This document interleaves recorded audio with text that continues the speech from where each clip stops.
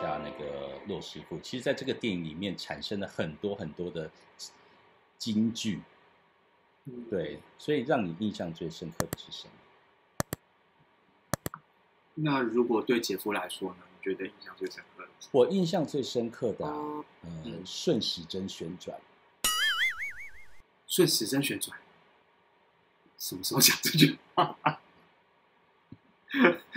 你是边看他边看防疫记者会的是？如果有认真看电影的话，都会知道顺时针旋转。顺时什么时候啊？天哪，什么时候？就是大雨滂沱之夜。시계방향。先生，我天哪！阿弥陀佛，你只记这个东西，好哦。大家如果那个顺时针旋转，你不知道是什么的话，去看电影就知道了哈。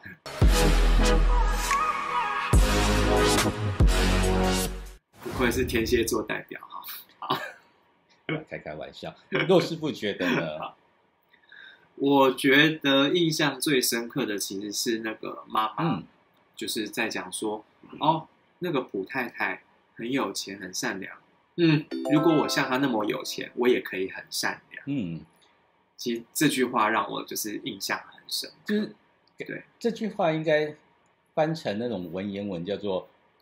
穷生奸计，富生良心。你有没有钱，跟你善不善良，我觉得这个并不冲突，只是说在有钱的情况底下，你会比较没有办法有那么多的灵性考验。到底什么样的人适合学灵性，或者是在灵性上面精进？对于我们这种凡人来讲，其实我们真的不晓得所谓灵性到底是什么。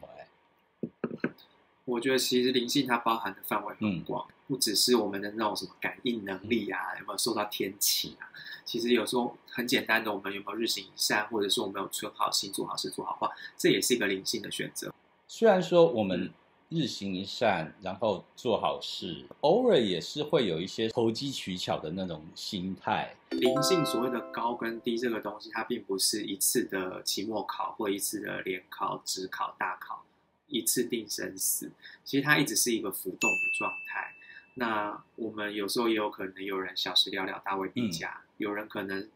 年少的时候疯狂，然后年老的时候他越来越沉稳，越来越灵性越来越开发，这都不一定的。那其实它都是在一次一次的选择里面去塑造你的灵性的平均值。所以其实我会觉得我们每个人降生到这个世界上，我们一定有我们的灵性课题，每个人都有。当一个人他太有钱，或者是当一个人太没有钱的时候，其实原则上他们都不太有办法在灵性这方面有很多的成长，或者是很多的改变。太有钱的时候，的确就是像姐夫你刚刚提到的，就是他太有钱，他根本不需要烦恼这些事情，也根本不会有这些负面的或者是沉重的议题压在他们身上或心上的时候，他们就比较不会需要去烦恼或去思考，或者是做出所谓灵性的选择，因为钱或者是社会地位跟名声会自然的帮他打点好，他不需要去烦恼这些事情。可是如果呢，反观到另外一端，如果是太穷的，每天3餐温饱都有问题，你住哪里都有问题的时候，这样的人原则上他也根本连自己生存下去都有问题了，怎么可能去追求灵性？按照你这样讲，电影里面的基泽就是穷爸爸，他其实在还没有杀人之前，他是一个好人，因为他很满足自己的现状。家庭虽然穷归穷，但是他们其实是很快乐的。如果你已经习惯了是一个很安逸的生活，很富足的生活，或者是你觉得这样就够了的生活，原则上你不会去思考太多的灵性。如果你平常不是一个习惯思考的人，就有点像是其实像我们去年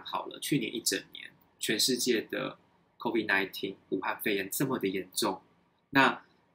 原则上那时候全球他们都在面临这个议题，然后很多人性的丑陋或者是说贪婪这些事情，其实去年全世界各地都陆续在上演。可是台湾那个时候并没有疫情，所以台湾那时候并不会去特别的去面对这些事情，而且觉得说我们台湾人都是最美的风景，我们都是很能够体谅，然很能够支持。可是到了今年疫情爆发的时候，你就会发现很多特权疫苗啦，或者是说偷打疫苗，或者是不按规定都要跑去日月潭啦，或者是说无视警戒的做任何事情，就是挤兑啊。之前就是明明3级警戒，还是一堆人跑去日月潭。那或者是一定要闷坏啦，忍不住啊，然后关1个月忍不住了，那别人去年关了1年算什么？就其实就是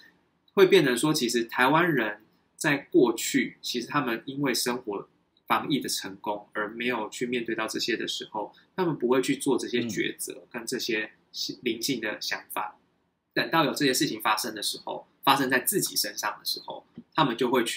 才会发现说，哦，我本来以为老鼠屎不多，就没想到那么多老鼠屎在我的身边哦。我们大家比较没有那种所谓居安思危的那种感觉啦。就是你看别人都会很容易，可是当发生在自己身上的时候，你做的决定会不会是跟你平常看别人是一样的？我觉得这个就是一个灵性选择的一个时候，就是你在看别人的时候，就觉得啊，他们校正回归哦，日本校正回归这么多人好蠢，可是台湾发生校正回归的时候，你就骂半天说哦盖牌啦、黑数啦什么东西的。可是问题是你在看日本的时候，你在看日本发生校正回归这个新闻的时候，你的看法就会完全不一样。有时候这种也是一个对，你在灵性上面你有没有办法去启发你自己的灵性，或者是借由别人的事件，或者是在自己身上去产生不同的灵性思维？所以说同理心也算是一种灵性的那个考验，对不对？对啊，所以我们同理心、慈悲这件事情都是给我们的灵性最高或者是灵感力最强的双鱼座在管，也是这个原因。好，原来是双鱼座在管。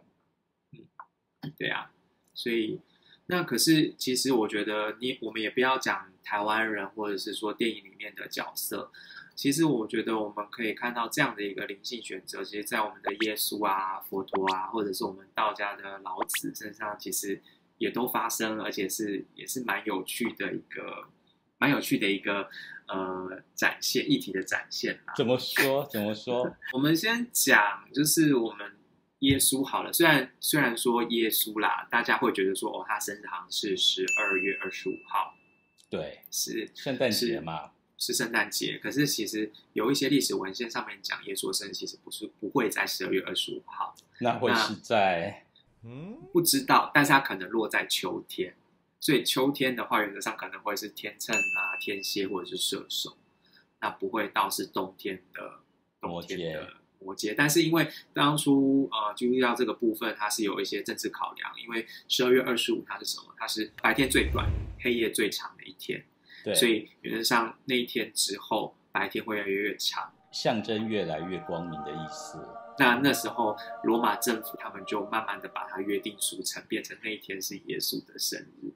那其实真正耶稣生日不可靠。你说是大概是在秋天嘛？大概秋天，天秤座、天蝎座、射手座这3个星座都很有可能。为什么那么多的宗教人员、神秘学家他们共同的推派在12月25是耶稣的诞生的这个事情？摩羯它是12个星座里面我们要讲的是最没有灵性的，或者是说最世俗的。所以原则上我们就是有一些星座专家都会提到说，哦，摩羯座的负面能量是什么？就是势力、现实。对，所以原则上就是说，为什么神之子要把它安排是在摩羯？那除了我们刚刚讲政治考量以外，其实如果说我们进一步思考，也就是说，其实它也是要让大家知道说，这个宗教它就是刻苦，即便它不是它是在一个那么崇尚物质、崇尚世俗权力跟金钱的一个星座能量里面，它依然能够找到它启发的可能性，它依然能够展现如同双鱼，或者是如同其他灵感力比较强的星座里面所展现的那种大爱跟那种胸怀。这就是它必须要面对，或者是这个宗教他们所要面对的一个灵性课题的一个主轴。讲完耶稣，一定要讲东方的佛陀嘛？对，天秤座就是这样，一定要平衡一下，对不对？来，那佛陀又是怎么样？佛陀原则上就是我们有所谓的浴佛节，就是佛陀诞辰啊，那它有当然就是我们会是讲4月初8，或者是有一些讲法，但原则上就一些经典来说，佛陀的生日是落在底宿，也就是我们中国的28星座里面的青龙7星，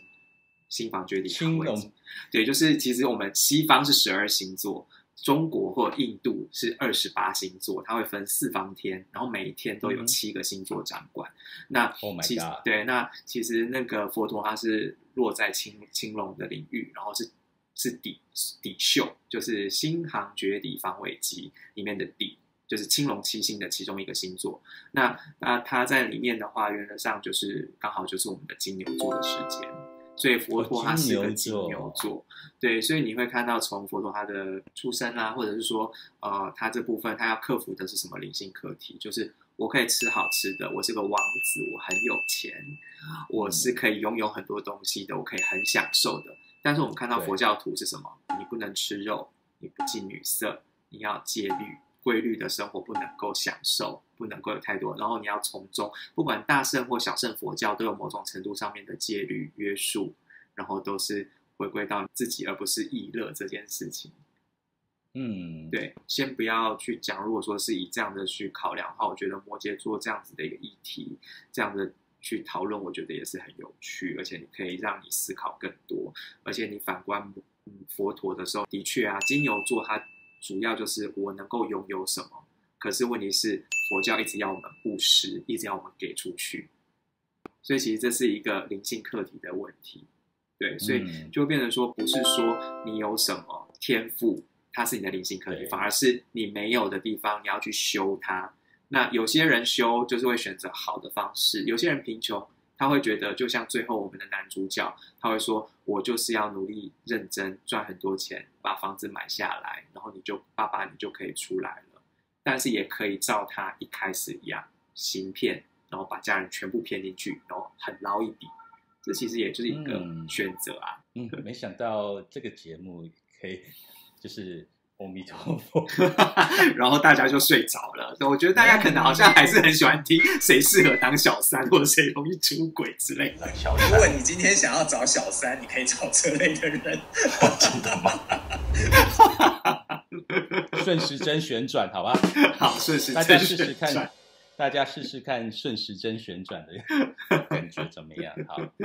好，希望今天节目呢，大家都还可以接受得了啦哈。下次我们要聊什么电影呢 ？AV 帝王，你到底要不要看？